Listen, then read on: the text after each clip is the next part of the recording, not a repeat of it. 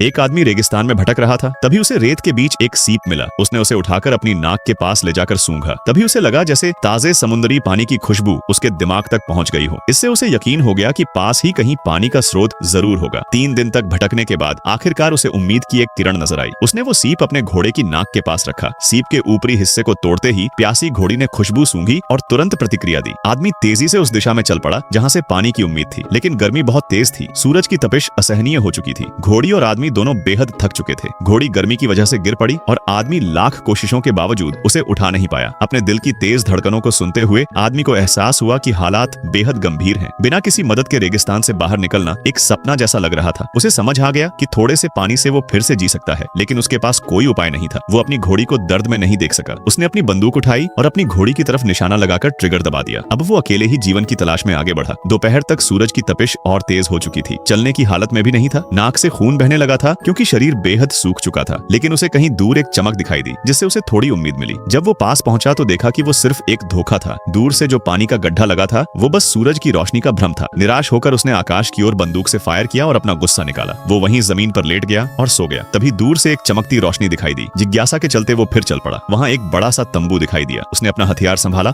और धीरे धीरे तंबू के पास पहुंचा। जब उसने तंबू खोला तो अंदर का नजारा देखकर वो चौंक गया। एक पानी का थैला एक खंभे से लटक रहा था। वो भूखे कुत्ते की तरह उस थैले की ओर भागा और अपने दांतों से उसे फाड़ने की कोशिश करने लगा, लेकिन चमड़ा मोटा था। थोड़ी समझदारी दिखाते हुए उसने कमर से चाकू निकाला और पानी के थैले में छेद कर दिया। जैसे ही पानी उसके होंठों को छुआ वो प्यासा भेड़िया बन गया। उसने थैला उतारना चाहा, लेकिन ज्यादा जोर लगाने पर खुद ही गिर पड़ा। तभी एक आकृति सामने आई। वो एक लड़की थी जो तंबू की मालिक लग रही थी। लड़की ने चेहरा ढका हुआ था, लेकिन आदमी उसकी आंखों से पहचान गया। वो कुछ कहना चाहता था, लेकिन गलती से लड़की का नकाब उतर गया। लड़की ने चाकू निकाला। आदमी ने तुरंत प्रतिक्रिया देते हुए उसे काबू में कर लिया और उसके बाल काट दिए। लड़की ने किसी संकेत से अपने साथियों को बुलाना चाहा, लेकिन आदमी तंबू से भाग गया।